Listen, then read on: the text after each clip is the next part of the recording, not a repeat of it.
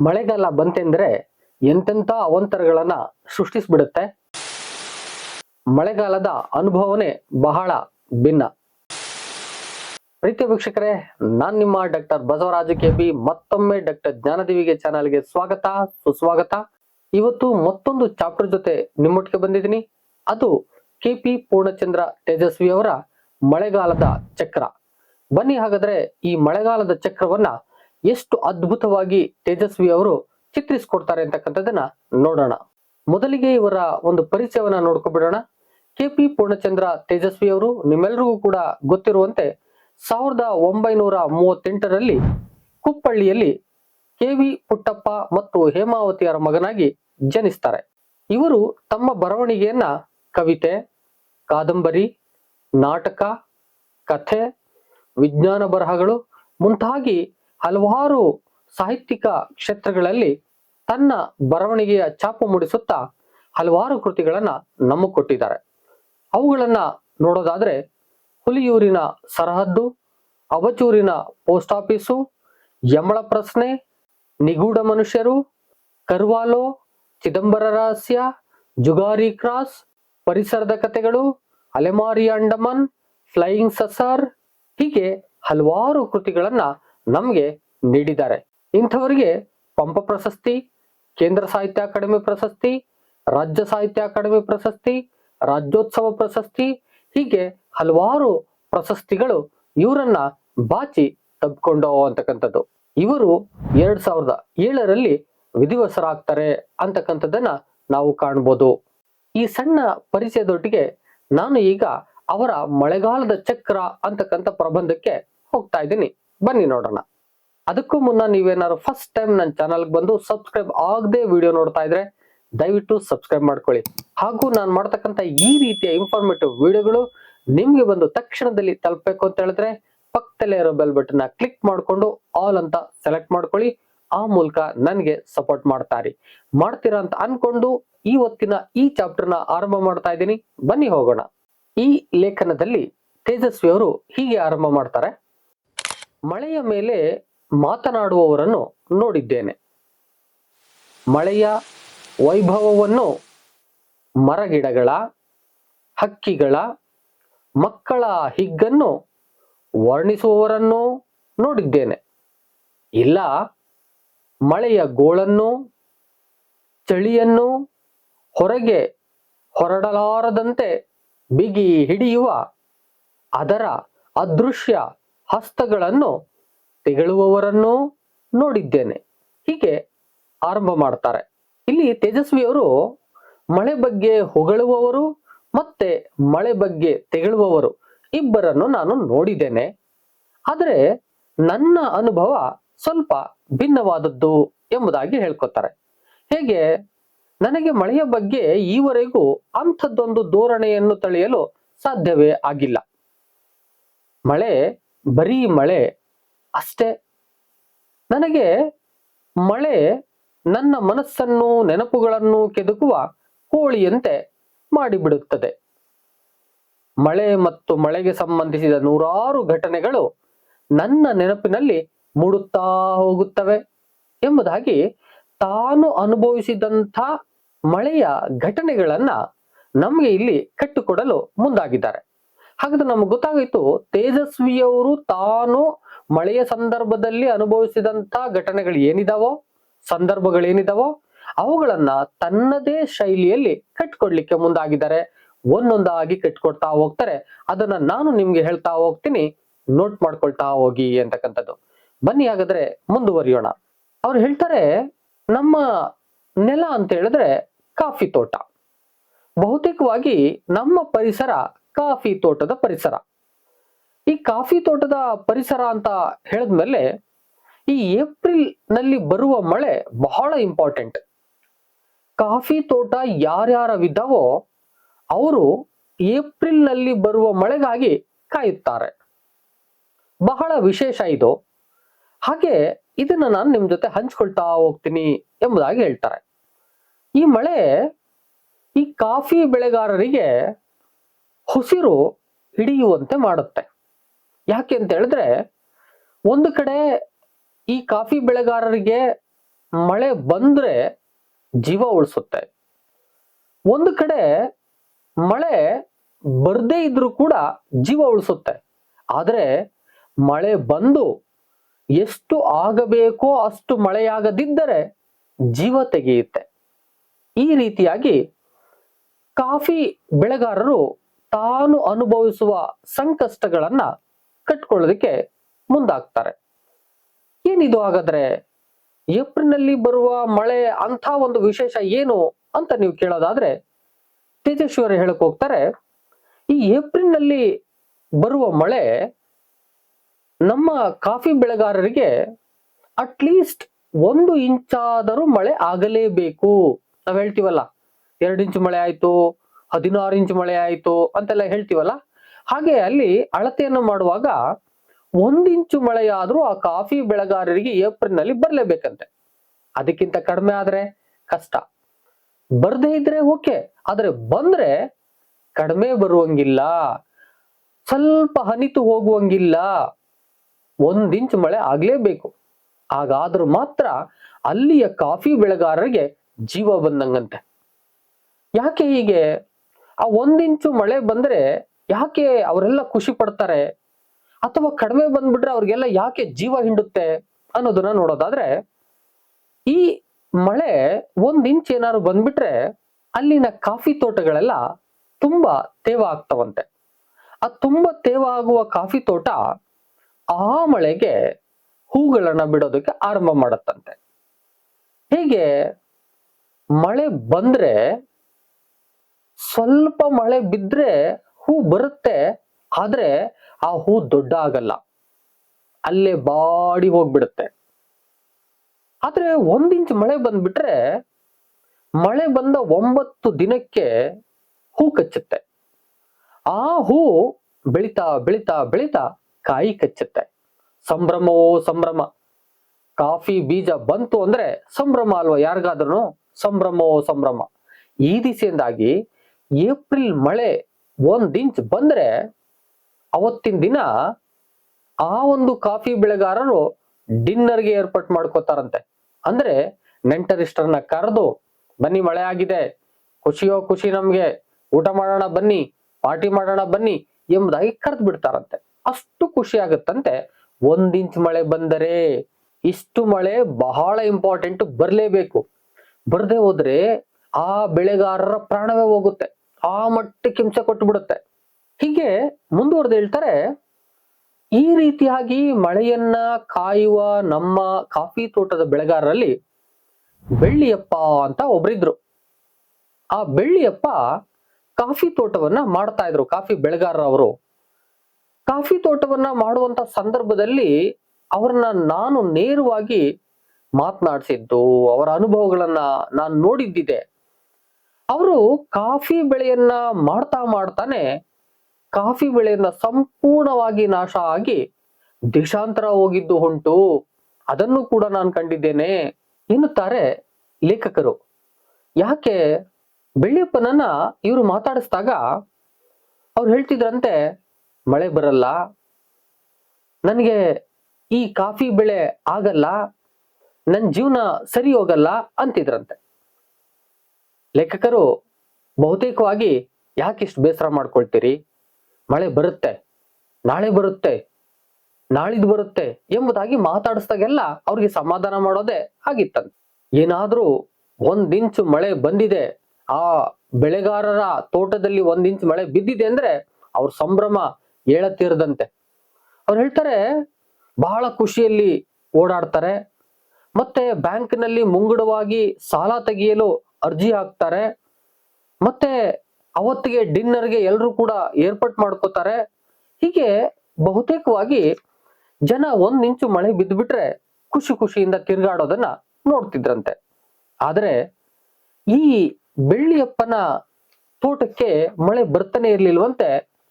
ಆ ದಿಸೆಯಿಂದಾಗಿ ಅವನು ಯಾವಾಗ್ಲೂ ಬೇಸರಿಸ್ಕೊಳ್ತಾನೆ ಇದ್ನಂತೆ. ಏನೋ 1 ವರ್ಷ ಬೀಳ್ದೆ ಇದ್ರೆ ಓಕೆ, ಇನ್ನೊಂದು ವರ್ಷ ಹೀಗೆ 2-3 ವರ್ಷ ಅಂತೂ ಬೀಳ್ದೆ ಹೋದ್ರೆ ಅವನು ದೇಶಾಂತರ ಹೋಗೋದೆ. ಆ ದಿಸೆಯಿಂದಾಗಿ ಬೆಳ್ಳಿಯಪ್ಪನಿಗೆ ಯಾವತ್ತೂ ಕೂಡ ಮಳೆ ಬರುತ್ತೆ ಬರುತ್ತೆ ಅಂತ ಕಾಯ್ದು ಕಾಯ್ದು ಬರ್ದೇ ಇದ್ದಾಗ ಬಹಳ ಕಷ್ಟ ಆಗ್ಬಿಡತ್ತಂತೆ. ಪಾಪ ಲೇಖಕರು ಬೆಳ್ಳಿಯಪ್ಪನನ್ನ ಮಾತಾಡಿಸಿದ್ರೆ ಇಷ್ಟು ಬೇಸರದ ಮಾತುಗಳು ಬರ್ತಿದ್ವಂತೆ. ನನ್ನ ತೋಟಕ್ಕೆ ನೀರೇ ಇಲ್ಲ, ನನ್ ಬೆಳೆ ಆಗೋದೇ ಇಲ್ಲ, ಹೂ ಕಚ್ಚಿದ್ದು ಹಾಳಾಗ್ಬಿಡುತ್ತೆ, ಕಾಯಿ ಬರೋದೇ ಇಲ್ಲ, ನನಗ್ ನಷ್ಟವೋ ನಷ್ಟ, ಈ ತರದಲ್ಲಿ ಯಾವಾಗ್ಲೂ ಮಾತುಗಳು ಬರ್ತಾ ಇದ್ವಂತೆ ಅಂತಕ್ಕಂಥದ್ದು. ಬಹುತೇಕವಾಗಿ ಬೆಳ್ಳಿಯಪ್ಪನಿಗೆ ಲೇಖಕರು ಯಾವಾಗ್ಲೂ ಸಮಾಧಾನವನ್ನೇ ಮಾಡೋರು. ಇವತ್ತು ಬರುತ್ತೆ ನಾಳಗ್ ಬರುತ್ತೆ ಅಂತಕ್ಕಂಥ ಸಮಾಧಾನ ಯಾವಾಗ್ಲೂ ಮಾಡ್ತಾ ಇರೋರು. ಆದ್ರೆ ಒಮ್ಮೆ ಮಳೆ ಒಂದಷ್ಟು ಉದುರಿ ಹೋಗ್ಬಿಟ್ಟಿತ್ತು. ಬೆಳ್ಳಿಯಪ್ಪ 1 ಇಂಚ್ ಮಳೆ ಬರ್ಬೇಕು ಅಂತ ಕಾಯ್ಕೊಂಡು ಕುಳಿತಿದ್ದ. ನೋಡಿದ್ರೆ ಅವತ್ತಿನ ದಿನ ಸಖತ್ ಮೋಡ ಕಟ್ಬಿಟ್ಟಿದೆ. ಏನ್ ಮಳೆ ರಭಸವಾಗಿ ಬರುವಂತೆ ವಾತಾವರಣ ಇದೆ ಅನ್ಕೊಂಡ್ರಂತೆ ಬೆಳ್ಳಿಯಪ್ಪನಿಗೆ. ಬೆಳ್ಳಿಯಪ್ಪ ಇನ್ನೇನ್ ಮಳೆ ಬಂತು ಬಿಡು, ನಾಳೆ ನೀನು ಡಿನ್ನರ್ ರೆಡಿ ಮಾಡ್ಕೊಳ್ಳೋದೆ ಎಂಬುದಾಗಿ ಅವನಿಗೆ ಬಹಳ ಸಮಾಧಾನದ ಮಾತುಗಳನ್ನ ಹೇಳಿ ನೋಡಿದ್ರಂತೆ ಏನ್ ಮಳೆ ಸಖತ್ ಉಯ್ದ್ಬಿಟ್ಟಿದೆ. ಬೆಳ್ಳಿಯಪ್ಪನಿಗೆ ಹೇಳಿದ್ರು, ಇನ್ನೇನಪ್ಪ ಆಯ್ತಲ್ಲ, ಮಳೆ ಆಯ್ತು, ಇನ್ನೇನು ಡಿನ್ನರ್ ಪಾರ್ಟಿ ಎಲ್ಲ ಮಾಡ್ಬೋದಲ್ಲ ಅಂತ ಹೇಳ್ಕೊಂಡು ಆ ಬೆಳ್ಳಿಯಪ್ಪನ ಜೊತೆಲಿ ಅವನ್ ತೋಟದ ಕಡೆ ಹೊರಟ್ರಂತೆ. ಬೆಳ್ಳಿಯಪ್ಪ ಯಾವಾಗ್ಲೂ ಹೇಳನಂತೆ ನನಗ್ ಮಳೆ ಇಲ್ಲ ಅಂತ, ಇವತ್ತು ಬಂದಿದೆ ನೋಡ್ಬಿಡೋಣ ಅಂತ ಹೇಳಿ ಹೊರಟ್ರಂತೆ. ಹೋಗ್ತಾರೆ. ಆ ಮೊಗ್ಗುಗಳೆಲ್ಲ ಈ ಸಣ್ಣ ಹನಿಗೆ ಒಂದಷ್ಟು ಬಂದು ಮುಂದೆ ನಿಂತಿದ್ವಂತೆ. ಮಳೆ ಬರ್ಬೇಕು, ಆ ಮೊಗ್ಗುಗಳು ತುಂಬಾ ಬಲಿಷ್ಠ ಆಗ್ಬೇಕು, ಕಾಯಿ ಬರ್ಬೇಕು. ಆದ್ರೆ ನೆಲವೆಲ್ಲ ಕೆಸರುಗದ್ದೆ ಹಂಗಾಗಿ ನೆಲವೆಲ್ಲ ತೊಯ್ದು ಬಹಳ ತೇವಾಂಶದಿಂದ ಕೂಡಿದ ಭೂಮಿ ಹೋಗ್ತಾ ಇರ್ಬೇಕಾದ್ರೆ ಸಿಕ್ಕಿದ್ದು ನಮ್ಮ ಬೆಳ್ಳಿಯಪ್ಪನ ತೋಟದ ಬಳಿಗೆ ಹೋಗುವ ಹೊತ್ತಿಗೆ ಮಳೆನೇ ಇಲ್ಲ, ಒಂದ್ ಹನಿ ಬೀಳಲಿಲ್ಲ. ಆ ಮೊಗ್ಗುಗಳೆಲ್ಲ ಬಿಳಿಯ ಮೊಗ್ಗುಗಳಾಗಿ ಬಂದಂತವು ಈಗ ಕೆಂಪು ಮೊಗ್ಗುಗಳಾಗಿ ಉದುರೋಗ್ತಾ ಇದ್ದಾವೆ. ಅವುಗಳಿಗೆ ನೀರು ಇಲ್ಲದೆ ಹಿಂಗೋಗ್ತಾ ಇದ್ದಾವೆ. ಸರಿ, ಈ ಕಾರಣಕ್ಕೆ ಇನ್ನೇನ್ ಮಳೆ ಆಗ್ಬಿಟ್ಟಿದೆ, ಆ ಒಂದು ಮೊಗ್ಗುಗಳೆಲ್ಲ ಈಗ ಕಾಯಿ ಕಚ್ಚಿಬಿಡ್ತವೆ, ಅವುಗಳಿಗೆ ತ್ರಾಣ ಪುಷ್ಟಿ ಬಂದ್ಬಿಡುತ್ತೆ ಅನ್ಕೊಂಡು ಹೋಗಿ ನೋಡಿದ್ರೆ ಒಂದ್ ಸ್ವಲ್ಪನೂ ಮಳೆ ಇಲ್ಲ ಅವನ ತೋಟದ ಬಳಿಯಲ್ಲಿ. ಎಲ್ಲೋ ಬೇರೆ ಕಡೆ ಆಗಿದೆ ಮಳೆ, ಈ ಕಡೆ ಆಗ್ಲೇ ಇಲ್ಲ. ಬಹಳ ಖುಷಿಯಿಂದ ಹೋದಂತ ಈ ಒಂದು ಬೆಳ್ಳಿಯಪ್ಪನಿಗೆ ಹೆಣ್ಣೆ ಕುಡ್ದಂಗಾಗೋಯ್ತು ಮುಖ. ಎಂಥ ಸ್ಥಿತಿ, ಏನ್ ಮಾಡೋದೀಗ? ಸರಿ, ಈ ಒಂದು ಬೆಳ್ಳಿಯಪ್ಪ ಇದೇ ಸಂಕಷ್ಟದಲ್ಲಿ ಯಾವಾಗ್ಲೂ ಇರ್ತಿದ್ದಂತೆ. ಅವನಿಗೆ ಎಷ್ಟು ಸಮಾಧಾನ ಅಂತ ಮಾಡೋದು ಲೇಖಕರು. ಪ್ರತಿ ವರ್ಷ ಇದೇ ರೀತಿಯಾಗಿ ಆಗ್ತಿತ್ತಂತೆ. ಅದಕ್ಕೆ ಬೆಳ್ಳಿಯಪ್ಪ ತೋಟ ಮಾರದೆ ವಿಧಿ ಇಲ್ಲ ಎಂಬುದಾಗಿ ಸಾಲ ಸೋಲ ಮಾಡಿಕೊಂಡಿದ್ದ ಕಾರಣದಿಂದಾಗಿ ಈ ತೋಟವನ್ನ ಮಾರಿ ದೇಶಾಂತರ ಹೋಗ್ಬಿಟ್ನಂತೆ. ಸರಿ, ಹೀಗೆ ಬಹುತೇಕವಾಗಿ ಈ ಮಳೆ ಅಂತಕ್ಕಂಥದ್ದು ನನ್ನ ನೆನಪಿನ ಆಳದಲ್ಲಿ ಇರ್ತಕ್ಕಂಥ ಹಲವಾರು ವಿಚಾರಗಳನ್ನ ಹೊರಗಡೆ ತಂದ್ಬಿಡುತ್ತೆ ಎಂಬುದಾಗಿ ಹೇಳ್ತಾ ಮುಂದುವರಿತಾ ಹೋಗ್ತಾರೆ. ನೋಡೋಣ ಬನ್ನಿ. ಲೇಖಕರು ಹೇಳ್ತಾರೆ, ಈ ಮಳೆ ಅಂತಕ್ಕಂಥದ್ದು ಬೇರೆ ಯಾವ ತೋಟಗಳಲ್ಲಿ, ಯಾವ ಗಿಡಗಳಲ್ಲಿ, ಯಾವ ಪ್ರಕೃತಿಯಲ್ಲಿ ಏನ್ ಮಾಡುತ್ತೋ ಗೊತ್ತಿಲ್ಲ. ಆದ್ರೆ ಕಾಫಿ ತೋಟದಲ್ಲಿ ಇದ್ರ ಕರಾಮತ್ತನ್ನು ತೋರಿಸುತ್ತೆ. ಏಪ್ರಿಲ್ ತಿಂಗಳಲ್ಲಿ ಬರತಕ್ಕಂತ ಮಳೆ ಈ ಕಾಫಿ ತೋಟಕ್ಕೆ ಅದೃಷ್ಟವನ್ನು ತಂದು ಕೊಡುತ್ತೆ. ಬರ್ದೇ ಇದ್ರೆ ಓಕೆ, ಬಂದ್ರೆ ಓಕೆ, ಅಲ್ಪ ಸ್ವಲ್ಪ ಬಂದ್ಬಿಟ್ರೆ ಕಷ್ಟ. ನಾನು ಮೊದಲೇ ಹೇಳಿದ ಹಾಗೆ ಕಾಫಿ ತೋಟದಲ್ಲಿ ಹೂ ಕಚ್ಚಬೇಕು ಅಂದ್ರೆ ಮಳೆ ಬೇಕು, ಆ ಹೂ ಬೆಳಿಬೇಕು ಅಂದ್ರೆ 1 ಇಂಚು ಮಳೆ ಬೇಕು. ಅದಿಲ್ಲ ಅಂತ ಹೇಳಿದ್ರೆ ಹೂಗಳೆಲ್ಲ ಬಾಡಿ ಹೋಗಿ ಆ ಒಂದು ನಷ್ಟವನ್ನ ಕಾಫಿ ತೋಟದ ಬೆಳೆಗಾರ ಅನುಭವಿಸ್ತಾ ಹೋಗ್ತಾನೆ. ಆ ದಿಸೆಯಿಂದಾಗಿ ಯಾವತ್ತಾದ್ರೂ 1 ಇಂಚು ಮಳೆ ಆಗಿ ಹೂ ಬಂದ್ಬಿಡ್ತು ಅಂದ್ರೆ ಕಾಫಿ ತೋಟದ ಬೆಳೆಗಾರರಿಗೆ ಬಹಳ ಖುಷಿ ಅಂತೆ. ಅವರೆಲ್ಲ ಹಳೆ ಕಾರನ್ನ ಮಾರಿ ಹೊಸ ಕಾರನ್ನ ತೆಗೆದುಕೊಳ್ಳುವ ಪ್ರಯತ್ನದಲ್ಲಿರ್ತಾರಂತೆ. ಮಗಳ ಮದುವೆಯನ್ನ ಅದ್ಧೂರಿಯಾಗಿ ಮಾಡಬೇಕು ಅನ್ನೋ ಕನಸಿನಲ್ಲಿರ್ತಾರಂತೆ. ಕ್ಲಬ್ಬಿನಲ್ಲಿ ಹೆಚ್ಚು ಹೊತ್ತು ಇಸ್ಪಿಟುಗಳನ್ನು ಹಾಡ್ತಾರಂತೆ. ಹೀಗೆ ಹಲವಾರು ಚಾಳಿಗಳಿಗೆ ಅವರು ಈಡಾಗ್ಬಿಡ್ತಾರಂತೆ. ಇನ್ನು ಡಿನ್ನರ್ ಅಂತೂ ಮಾಡೇ ತೀರ್ತಾರೆ. ಹೀಗೆ ಏಪ್ರಿಲ್ ನಲ್ಲಿ ಬರ್ತಕ್ಕಂತ ಮಳೆ ಅಲ್ಲಿಯ ಬೆಳೆಗಾರರಿಗೆ ಒಂದು ಪ್ರಮುಖವಾದ ಮಳೆ ಆಗುತ್ತೆ ಅಂತಕ್ಕಂಥದ್ದನ್ನ ನೆನಪಿಸ್ಕೊಡ್ತಾ ಹೋಗ್ತಾರೆ ಅಂತಕ್ಕಂಥದ್ದು. ಈ ಮಳೆ ಅನ್ನುವ ಸಂದರ್ಭದಲ್ಲಿ ಈ ಮಲೆನಾಡಿನ ಭಾಗದ ಜನರೇನಿದಾರೋ ಇವರು ಬಹುತೇಕವಾಗಿ ಈ ಜೋಯಿಸರನ್ನ ಕೇಳೋದು, ಈ ಆಕಾಶವಾಣಿಗಳಲ್ಲಿ ಬರ್ತಕ್ಕಂಥ ಹವಾಮಾನ ಇಲಾಖೆಯ ಮಾಹಿತಿಯನ್ನ ಕೇಳ್ಕೊಂಡು ಮಳೆ ಬರುತ್ತೆ, ಈಗ ಬರುತ್ತೆ, ಆಗ ಬರುತ್ತೆ, ನಾಳೆ ಬರುತ್ತೆ, ನಾಡಿದ್ದು ಬರುತ್ತೆ ಅಂತಕ್ಕಂಥ ಕಾಲಗಳನ್ನ ನೂಗ್ತಾರಂತೆ. ತನ್ನ ಸಂತೋಷದ ಕ್ಷಣಗಳನ್ನ ಅನುಭವಿಸ್ಲಿಕ್ಕೆ ಕಾಯ್ತಾರಂತೆ. ಇಂತಹ ಸಂದರ್ಭದಲ್ಲಿ ಅವರ ಪಕ್ಕದ ಊರಲ್ಲಿ ಒಬ್ರು ಪಾಪಣ್ಣ ಅನ್ನೋರು ಇದ್ರಂತೆ. ಮತ್ತೊಂದು ಘಟನೆಯನ್ನ ನಮಗೆ ಕೊಡ್ತಾ ಹೋಗ್ತಾರೆ. ಈ ಪಾಪಣ್ಣ ಅವರ ಹಳ್ಳಿಯಲ್ಲಿ ಒಬ್ಬ ಕಿಟ್ಟಪ್ಪ ಜೋಯಿಸ ಅಂತಕ್ಕಂಥವ್ನು ಇದ್ದಂತೆ. ಅಂದ್ರೆ ಜೋಯಿಸರು, ಅವರು ಕಿಟ್ಟಪ್ಪ ಜೋಯಿಸರು ಅಂತ ಇದ್ರಂತೆ. ಬಹುತೇಕವಾಗಿ ಅವ್ರ ಹತ್ರ ಹೋಗ್ಬಿಟ್ಟು ಪಂಚಾಂಗವನ್ನು ನೋಡ್ಸೋದು, ಮಳೆ ಈ ಸಾರಿ ಹೇಗ್ ಬರ್ತದೆ, ಬೆಳೆ ಹೇಗಾಗ್ತದೆ ಅಂತಕ್ಕಂಥದನ್ನ ತಿಳ್ಕೊಳ್ಳೋದು ಮಾಡ್ತಿದ್ದಂತೆ ಈ ಪಾಪಣ್ಣ. ಲೇಖಕರು ಇದಕ್ಕೆ ಹೇಳ್ತಾರೆ, ಈ ಕಿಟ್ಟಪ್ಪನ ಜ್ಯೋತಿಷ್ಯ ಮತ್ತೆ ಆಕಾಶವಾಣಿ ವಾರ್ತೆ ಜೊತೆಗೆ ಈ ಪುಟ್ಟಪರ್ತಿಯ ಒಂದು ಸಾಯಿಬಾಬರ ಶಕುನಗಳು, ಈ ಎಲ್ಲದರಂತೆ ಅಲ್ಲಿನ ಜನರು ಈ ಕಿಟ್ಟಪ್ಪ ಜೋಯಿಸರಿಂದ ಹಿಡಿದು ಆಕಾಶವಾಣಿ ಮತ್ತು ಪುಟ್ಟಪರ್ತಿ ಸಾಹೇಬನವರೆಗೆ ಎಲ್ಲರೂ ಶಕುನ ಹೇಳುವ ಬುಡುಬುಡಿಕೆಯವರ ವಾಕ್ ಸಂಪ್ರದಾಯವನ್ನೇ ಅಭ್ಯಾಸ ಮಾಡಿಕೊಂಡಿದ್ದಾರೆ ಎಂತಿದ್ರು. ಅಂದ್ರೆ ಅಲ್ಲಿ ಜನ ಈ ಒಂದು ಹೇಳಿಕೆಗಳನ್ನ ನಂಬ್ಕೊಂಡು ಜೀವನ ಮಾಡೋರಂತೆ. ಈ ಒಂದು ಹೇಳಿಕೆಗಳನ್ನ ನಂಬಿ ಮಳೆ ಬರುತ್ತೆ ಅಂತ ಕಾಯ್ತಿದ್ರಂತೆ. ಅದಕ್ಕೆ ಹೇಳ್ತಾರೆ, ಬಹುತೇಕವಾಗಿ ಈ ಪಾಪಣ್ಣ ಈ ರೀತಿಯಾದ ಮುನ್ಸೂಚನೆಗಳನ್ನೇ ಇಟ್ಕೊಂಡು ತನ್ನ ಜೀವಮಾನವನ್ನ ಕಳೀತಾ ಇದ್ದ. ಆದ್ರೆ ಕಾಲಾನಂತರದಲ್ಲಿ ಇವೆಲ್ಲವೂ ಕೂಡ ನಂಬಿಕೆಗೆ ಅರ್ಹವಾಗಿಲ್ಲ ಅಂತಕ್ಕಂಥ ಗೊತ್ತಾದ ಮೇಲೆ ಮುತ್ತುಗದ ಮರದಲ್ಲಿ ಕಾಯಿ ಬರುವ ರೀತಿಯನ್ನು ನೋಡಿ ಲೆಕ್ಕಾಚಾರ ಮಾಡಿ ಹೇಳ್ತಿದ್ನಂತೆ ಮಳೆ ಬರುತ್ತೆ ಎಂಬುದಾಗಿ. ಕಿಟ್ಟಪ್ಪ ಜೋಯಿಸರು ಯಾವಾಗ ಜನ ಈ ಮಾತುಗಳನ್ನ, ಈ ಅಡ್ಗೋಡೆ ಮೇಲೆ ದೀಪ ಇಟ್ಟಂತ ಜ್ಯೋತಿಷ್ಯವನ್ನ ಯಾವಾಗ ನಂಬಿಕೆ ಕಡಿಮೆ ಮಾಡ್ಕೊಂಡ್ರೋ, ಈ ಕಿಟ್ಟಪ್ಪ ಜೋಯಿಸರು ಮತ್ತೊಂದು ಶೈಲಿಯನ್ನ ಆರಂಭ ಮಾಡ್ಕೊಂಡ್ರಂತೆ. ಏನಂತ ಹೇಳಿದ್ರೆ ಖಡಕ್ ಆಗಿ ಹೇಳೋದು. ಖಡಕ್ ಆಗಿ ಹೇಳುವ ಸಂದರ್ಭದಲ್ಲಿ ಇವರೊಂದು ಸಂಕಷ್ಟಕ್ಕೆ ಸಿಲುಕ್ಬಿಟ್ರಂತೆ. ಅವ್ರು ಹೇಳ್ತಾರೆ, ಆ ಜೋಯಿಸರು ಅವತ್ತು ಒಂದು ಜ್ಯೋತಿಷ್ಯವನ್ನ ಹೇಳಿದ್ರು. ಅದೇನಂತ ಹೇಳಿದ್ರೆ, ಅದ್ರಿ ಮಳೆ ಗುಡುಗಿದರೆ 6 ವರ್ಷ ಮಳೆ ಇಲ್ಲ, ಇನ್ನು 6 ವರ್ಷ ಮಳೆ ವಿಷಯ ಕೇಳುವುದಕ್ಕೆ ನೀವು ಯಾರು ಇಲ್ಲಿಗೆ ಬರುವುದೇ ಬೇಡ ಎಂಬುದಾಗಿ ಹೇಳ್ಬಿಟ್ಟಿದ್ರಂತೆ. ಯಾವಾಗ ಈ ಖಡಕ್ ಜ್ಯೋತಿಷ್ಯವನ್ನ ಹೇಳ್ಬಿಟ್ರೋ ಜನರಿಗೆ ಒಂಥರ ಅನಿಸ್ಬಿಟ್ಟು, ಏನಿವ್ರು ಹಿಂಗ್ ಹೇಳ್ಬಿಟ್ರು, ಇವರು ನಮ್ಮ ಊರಿನ ಬಗ್ಗೆ ಸ್ವಲ್ಪನೂ ಕಾಳಜಿಯನ್ನು ತೋರಿಸೋದಿಲ್ವಲ್ಲ, 6 ವರ್ಷ ಅಂದ್ರೆ ಏನು, ಸರಿಯಾಗಿ ನೋಡಿ ಹೇಳ್ಬೇಕಲ್ವಾ, ಜೊತೆಗೆ ಹಾಗಾಗೋದಕ್ಕೆ ಕಾರಣ ಏನು, ಮತ್ತೆ ಇದ್ರ ಪರಿಹಾರ ಏನು ಎಲ್ಲ ಹೇಳ್ಬೇಕಲ್ವಾ ಎಂಬುದಾಗಿ ಈ ಜೋಯಿಸರ ವಿರುದ್ಧ ಕೋಪಗೊಂಡ್ಬಿಟ್ರಂತೆ. ಯಾವಾಗ ಜನ ಕೋಪಗೊಂಡ್ರೋ ನಮ್ಮ ಕಿಟ್ಟಪ್ಪ ಜೋಯಿಸರಿಗೆ ಆದಾಯ ಕಡಿಮೆ ಆಗೋಯ್ತು. ಕಿಟ್ಟಪ್ಪ ಜೋಯಿಸರು ಹೊಟ್ಟೆಪಾಡಿಗಾಗಿ ಲಾಟರಿ ಟಿಕೆಟ್ ಮಾರ್ಕೊಂಡು ಜೀವನ ಮಾಡ್ಬೇಕಾಗಿತ್ತು. ಈ ಸ್ಥಿತಿಗೆ ಬಂದ್ಬಿಟ್ರು. ಏನ್ ಮಾಡೋದು? ಈ ಸ್ಥಿತಿಗೆ ಇದೊಂದೇ ಕಾರಣ ಇಲ್ಲ ಎಂಬುದಾಗೂ ಹೇಳ್ತಾ ಹೋಗ್ತಾರೆ ಲೇಖಕರು. ಮತ್ತೇನಿರ್ಬೋದು ಅಂತ ಹೇಳೋದಾದ್ರೆ, 4-6 ಮದುವೆಗಳಿಗೆ ಜಾತಕಗಳನ್ನ ಕೂಡಿಸುವಾಗ ಅವ್ರು ಹೇಳಿದ್ರಂತೆ, ಗಂಡು ಹೆಣ್ಣಿನ ಜಾತಕಗಳು ಓಕೆ, ಆದ್ರೆ ಅವರ ತಂದೆ ತಾಯಿಗಳಿಗೆ ಕಂಟಕ ಇದೆ ಎಂಬುದಾಗಿ ಹೇಳ್ತಿದ್ರಂತೆ. ಮತ್ತೆ ಇನ್ನು ಗೃಹ ಪ್ರವೇಶ, ಮಗು ತೊಟ್ಟಲಿಗೆ ಹಾಕುವ ಶಾಸ್ತ್ರ, ಇವುಗಳ ಸಂದರ್ಭದಲ್ಲೂ ಕೂಡ ಸ್ವಲ್ಪ ವ್ಯತ್ಯಾಸಗಳನ್ನ ಮಾಡಿ ಜನರಿಂದ ಸಿ ಅನ್ನಿಸ್ಕೊಂಡಿದ್ರು.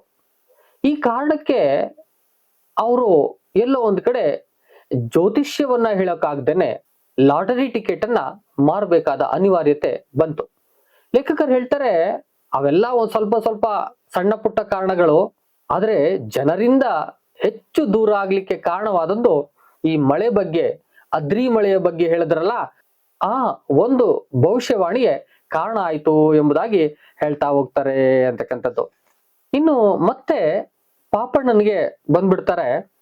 ಈ ಪಾಪಣ್ಣ ಒಬ್ಬ ಸೋಮಾರಿ ಸಿದ್ಧ. ಈತ ಮಳೆಯನ್ನು ಸದಾ ಬೈಯುವುದೇ ಇವನ್ ಕೆಲಸ ಆಗಿತ್ತು. ಅವನಿಗೆ 3 ಎಕರೆ ಜಮೀನಿತ್ತು. ಅದು ಪಿತ್ರಾರ್ಜಿತವಾದಂತ ಆಸ್ತಿ. ಅವನು ಯಾವತ್ತೂ ಗದ್ದೆಯನ್ನ ಉತ್ತುದ್ದಾಗ್ಲಿ, ಅಲ್ಲಿ ನಾಟಿ ಮಾಡಿದ್ದಾಗ್ಲಿ, ಬೆಳೆ ತೆಗ್ದಿದ್ದಾಗ್ಲಿ ನಾನು ನೋಡೇ ಇಲ್ಲ. ಬಹುತೇಕವಾಗಿ ಅವನು ಈ ಮಳೆಯನ್ನ ಬೈಕೊಂಡೇ ತಿರ್ಗಾಡ್ತಾ ಇದ್ದ. ಆದ್ರೆ ನಮ್ಗೆ ಒಂದು ಬಾರಿ ಸಖತ್ ಮಳೆ ಬಂತು. ಅದು ಶತಮಾನದ ಮಳೆ ಅಂತಾನೆ ನಾವು ಕರಿಬೇಕು. ಈ ಬೆಂಗಳೂರು ಕಡೆ ಒಂದ್ 7-8 ಇಂಚು ಮಳೆ ಬಂದ್ಬಿಟ್ರೆ ಏನ್ ಕೋಡಿ ಹರಿದು ಬಿಡುತ್ತೆ. ಆದ್ರೆ ನಮ್ಮ ಕಡೆ ಈ ಮಳೆ 8 ಗಂಟೆಯಲ್ಲಿ 16 ಇಂಚು ಮಳೆ ಬಂದಿತ್ತು. ಈ ಒಂದು ಮಳೆ ಅಂತಕ್ಕಂಥದ್ದು ಬೆಟ್ಟ ಗುಡ್ಡಗಳನ್ನೆಲ್ಲ ಕರಗಿಸುವಂತೆ ಆಗ್ಬಿಟ್ಟಿತ್ತು. ಜನ ಹೌವಾರಿದ್ರು. ಧಾರಾಕಾರವಾದ ಮಳೆ. ಏನು ಮನೆಗಳಲ್ಲಿ ಈ ಮೋಂಬತ್ತಿಯನ್ನ ಹಚ್ಚಿಡ್ಬೇಕು ಅಷ್ಟು ಕತ್ತಲು. ಮಳೆ ಹುಯ್ತಾ ಇದ್ರೆ ಜೊತೆಗೆ ಮೋಡವೇ ಎಲ್ಲೋ ಕರಗಿ ಬೀಳ್ತಾ ಇದೆ ಅನ್ನೋ ಹಾಗೆ.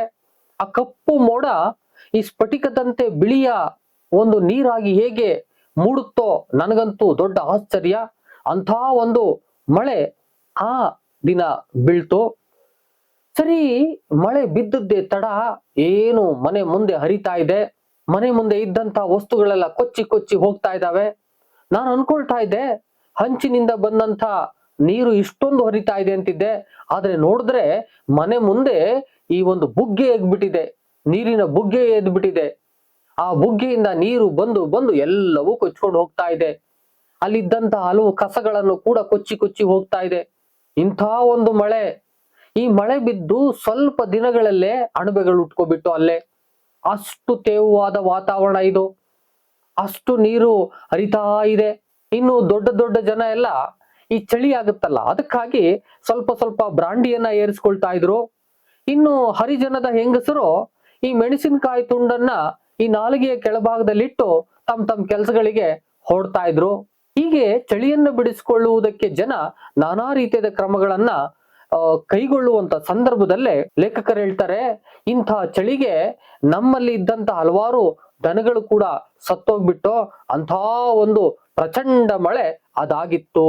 ಆದ್ರೆ ಪಾಪಣ್ಣ ಮಾತ್ರ ನನ್ನ ಗದ್ದೆಗೆ ನೀರೇ ಇಲ್ಲ ಅನ್ನಂತೆ. ಏನಾಯ್ತು? ಇಷ್ಟೊಂದು ಮಳೆ ಹೋಯ್ತು, ಇವನ್ ಗದ್ದೆಗೆ ಯಾಕೆ ಬರ್ಲಿಲ್ಲ? ಇವನ್ ಸುಳ್ಳು ಹೇಳ್ತಾನೇನೋ?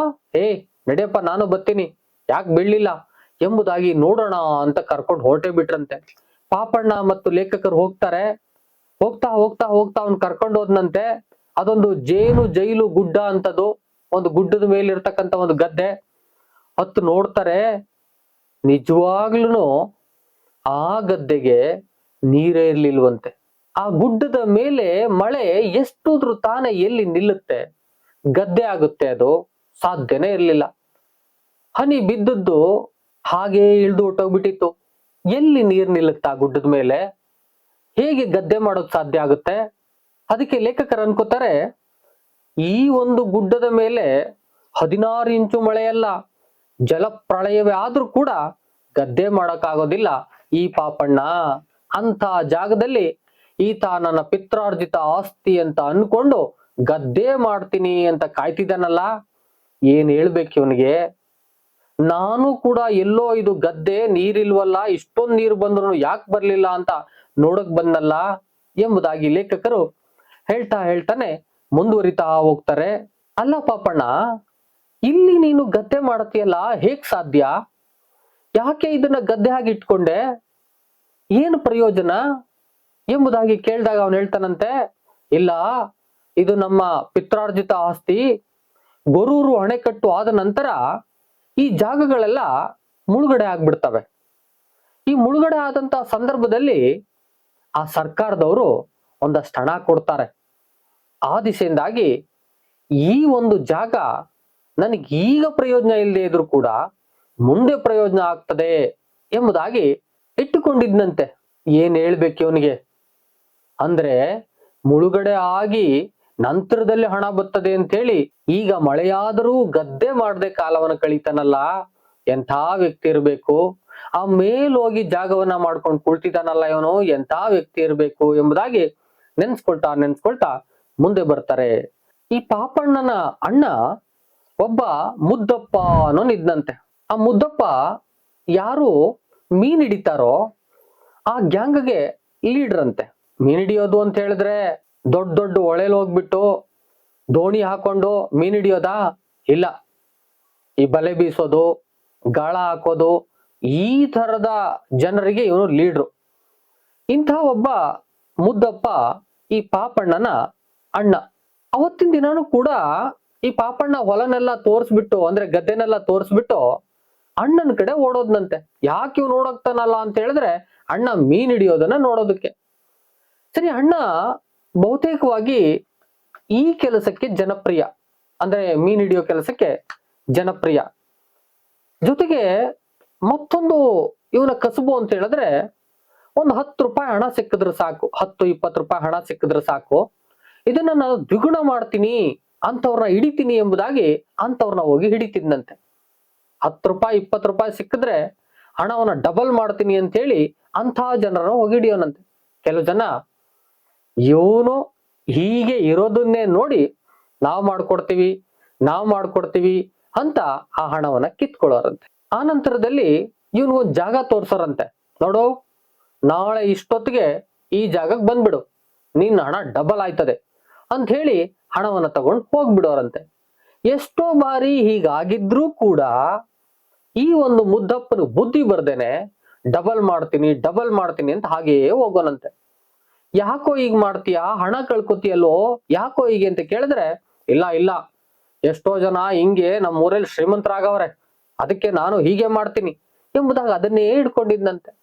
ಇದು ಬಿಟ್ರೆ ಮೀನ್ ಹಿಡಿಯೋ ಕೆಲಸ ಅಂತೆ. ಸರಿ, ಹೀಗೆ ಈ ಎರಡನ್ನ ತನ್ನ ಕೆಲಸವನ್ನಾಗಿ ಸೃಷ್ಟಿಸಿಕೊಂಡಂತ ಈ ಮುದ್ದಪ್ಪ ಬಹುತೇಕವಾಗಿ ಗಾಳ ಹಾಕೊಂಡು ಕೂತ್ ಬಿಡೋನಂತೆ. ಒಮ್ಮೆ ಗಾಳ ಹಾಕೊಂಡು ಕೂತಿದ್ದ ಒಂದ್ ಸಣ್ಣ ಮೀನನ್ನ ಹಾಕಿದ್ನಂತೆ. ಯಾರೋ ಹೇಳಿದ್ರಂತೆ, ಈ ಸಣ್ಣ ಮೀನ್ ಹಾಕಿ ನೀನ್ ಗಾಳ ಹಾಕು, ದೊಡ್ಡ ಮೀನ್ ಬೀಳುತ್ತೆ ಅಂತ. ಅದಕ್ಕಾಗಿ ಇವನು ಸಣ್ಣ ಮೀನನ್ನ ಹಾಕಿ ಕುಳ್ತಿದ್ನಂತೆ, ದೊಡ್ಡ ಮೀನ್ ಬೀಳ್ತದೆ ಅಂತ. ಸರಿ, ದೊಡ್ಡ ಮೀನು ಬೀಳ್ತಂತೆ, ತಗದ್ನಂತೆ. ಯಾರೋ ಮತ್ತೆ ಹೇಳಿದ್ರಂತೆ, ಓ ಮುದ್ದಪ್ಪ, ಇದನ್ನ ಹಾಕು, ಇನ್ನೊಂದಷ್ಟು ದೊಡ್ಡ ಮೀನ್ ಬೀಳ್ತದೆ ಅಂದ್ರಂತೆ. ಅವ್ರು ಹೇಳದ್ ಕೇಳ್ಕೊಂಡು ಈ ದೊಡ್ಡ ಮೀನನ್ನು ಮತ್ತೆ ಗಾಳಕ್ಕೆ ಹಾಕಿ ಕುಳಿತುಕೊಂಡಂತೆ. ಆದ್ರೆ ಯಾವ ದೊಡ್ಡ ಮೀನು ಕೂಡ ಇವನ ಗಾಳಕ್ಕೆ ಬೀಳಲೇ ಇಲ್ಲ. ಅಂದ್ರೆ ದೊಡ್ಡ ದೊಡ್ಡ ಮೀನುಗಳೆಲ್ಲ ಈ ಸಣ್ಣ ಸಣ್ಣ ಗಾಳಕ್ಕೆ ಎಲ್ಲಿ ಬೀಳ್ತವೆ? ಆದ್ರೆ ಹೇಳಿದ್ದನ್ನ ಚೆನ್ನಾಗಿ ನಂಬ್ತಿದ್ದಂತೆ. ಸರಿ, ಇದೇ ಕಾರಣಕ್ಕೆ ಜನ ಇವನನ್ನ ವಿಚಿತ್ರವಾಗಿ ಚೇಡ್ಸ್ಕೊಳ್ಳೋರಂತೆ. ಹೇಗಂತ ಹೇಳಿದ್ರೆ, ನೋಡಪ್ಪ, ನಿನ್ ಗಾಳಕ್ಕೆ ಒಳ್ಳೊಳ್ಳೆ ತಿಂಡಿಗಳನ್ನ ಹಾಕು. ಏನೇನ್ ಹಾಕ್ಬೋದು? ಬಾಳೆಕಾಯಿಯಿಂದ ಮಾಡಿರ್ತಕ್ಕಂಥ ಬೋಂಡ ಹಾಕು, ಇನ್ನೊಂದಷ್ಟು ಕ್ರಿಮಿಕೀಟಗಳನ್ನ ಹಾಕು, ಬ್ರೆಡ್ ಹಾಕು, ಇಡ್ಲಿ ಹಾಕು, ಮೈದಾ ಮಿಕ್ಸ್ ಹಾಕು, ಹೀಗೆ ನೂರಾರು ತರಹದ ತಿಂಡಿಗಳನ್ನ ನೀನು ಹಾಕ್ಬೇಕಪ್ಪ, ಆಗಷ್ಟೇ ಮೀನುಗಳು ಬೀಳೋದಪ್ಪ ಎಂಬುದಾಗಿ ಹೇಳ್ತಿದ್ರಂತೆ. ಇದನ್ನೆಲ್ಲ ಫಾಲೋ ಮಾಡೋಣಂತೀವ್ ಇದನ್ನೆಲ್ಲ ಫಾಲೋ ಮಾಡಿ ಮಾಡಿ ಮಾಡಿ ಮನೆಯವ್ರಿಗೆ ಏನು ಇಲ್ದಂಗ್ ಮಾಡ್ಬಿಟ್ಟಿದ್ನಂತೆ. ಹೆಂಡತಿ ಮಕ್ಕಳು ಹೊಟ್ಟೆಗೆ ಏನು ಇಲ್ದಂಗ್ ಮಾಡ್ಬಿಟ್ಟಿದ್ನಂತೆ. ಅದಕ್ಕೆ ಲೇಖಕರು ಹೇಳ್ತಾರೆ, ಇವನು ಗಾಳಕ್ಕೆ ಅವುಗಳನ್ನ ಹಾಕಿ ಮೀನ್ ಎಷ್ಟು ಹಿಡಿತಾನೋ ಗೊತ್ತಿಲ್ಲ, ಆದ್ರೆ ಇವನ ಗಾಳಕ್ಕೆ ಸಿಕ್ತಂತ ಹೆಂಡತಿ ಮಕ್ಕಳುಗಳು ಮಾತ್ರ ನರಳಾಟ ಮಾಡ್ತಾ ಇದ್ರು ಎಂಬುದಾಗಿ ಹೇಳ್ತಾ ಹೋಗ್ತಾರೆ ಅಂತಕ್ಕಂಥದ್ದು. ಬಹುತೇಕವಾಗಿ ಇವನು ಹೇಮಾವತಿ ಹೊಳೆಯಲ್ಲಿ ಪ್ರವಾಹ ಈ ಸಾರಿ ಸಾಲಲಿಲ್ಲ, ಅದಕ್ಕೆ ದೊಡ್ಡ ದೊಡ್ಡ ಮೀನುಗಳು ಕೆಳಗಡೆ ಅಣಕಟ್ಟಿಗೆ ಬರುತ್ತಿಲ್ಲ, ಮುಂದೆ ನಾನು ಕಾಯ್ಕೊಳ್ತೇನೆ ಎಂದು ಯಾವಾಗ್ಲೂ ಹೇಳ್ತಿದ್ನಂತೆ. ಲೇಖಕರು ಅದಕ್ಕೆ ಹೇಳ್ತಾರೆ, ಗದ್ದೆಯನ್ನ ಒಂದು ಗುಡ್ಡದ ಮೇಲೆ ಮಾಡ್ಬಿಟ್ಟು ನೀರಿಲ್ಲ ಅನ್ನೋ ತಮ್ಮ, ಮತ್ತು ಪ್ರವಾಹ ಬರ್ಲಿಲ್ಲ, ನೀರು ಜಾಸ್ತಿ ಆಗ್ಲಿಲ್ಲ, ಪ್ರವಾಹ ಬಂದೇ ಬರುತ್ತೆ, ನಾನು ದೊಡ್ಡ ದೊಡ್ಡ ಮೀನನ್ನ ಹಿಡಿತೀನಿ ಅಂತ ಕಾಯುವ ಅಣ್ಣ. ಇವರಿಬ್ಬರಿಗೆ ಏನ್ ಹೇಳ್ಬೇಕು? ಈ ರೀತಿಯಾಗಿ ನಾನು ಮಳೆಯ ಸಂದರ್ಭವನ್ನ ನೆನ್ಸ್ಕೊಂಡ್ರೆ ಹಲವಾರು ನನ್ನ ಕಣ್ಣು ಮುಂದೆ ಘಟನೆಗಳು ತೆರ್ಕೊಬಿಡ್ತವೆ ಎಂಬುದಾಗಿ ಹೇಳ್ತಾ ಹೋಗ್ತಾರೆ ಅಂತಕ್ಕಂಥದ್ದು. ಒಂದಿನ ಪಾಪಣ್ಣ ಮತ್ತು ಮುದ್ದಪ್ಪ ಇಬ್ರು ಹೆಗಲಿಗೆ ಗುದ್ದಲಿಯನ್ನು ಏರಿಸಿ ಗದ್ದೆ ಕಡೆ ಹೊರಟು ಬಿಟ್ರಂತೆ.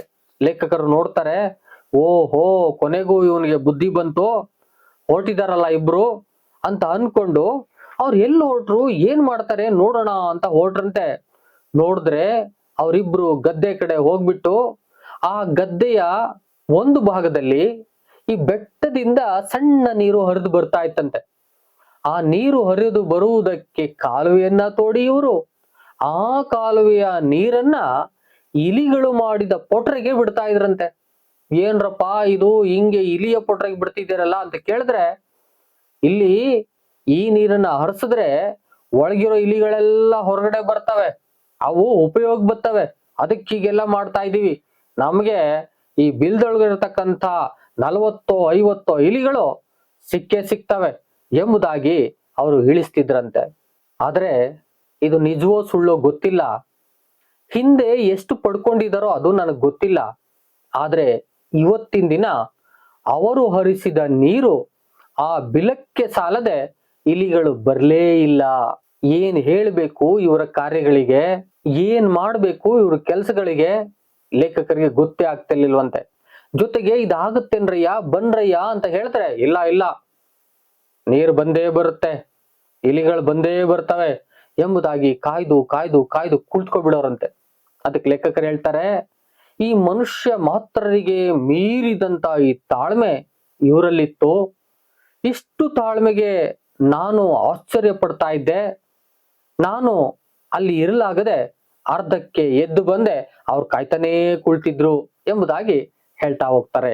ಹೀಗೆ ಲೇಖಕರು ಮಳೆಗಾಲದ ನೆನಪುಗಳನ್ನ ನಾನು ನೆನ್ಸ್ಕೊಳ್ತಾ ಹೋದ್ರೆ ಅದೆಷ್ಟು ನೆನಪುಗಳು ಮುಂದೆ ಬರ್ತವೆ. ಒಂದೊಂದು ದೊಡ್ಡ ದೊಡ್ಡ ಕಾದಂಬರಿಗಳನ್ನ ನಾನು ಬರಿಬೋದು. ಮಳೆ ಅಂತಕ್ಕಂಥದ್ದು ನಮ್ಮೂರಿನಲ್ಲಿ ಹೀಗೆ ನನಗೆ ಹಲವಾರು ಅನುಭವಗಳನ್ನ ಕಟ್ಕೊಟ್ಟಿದೆ.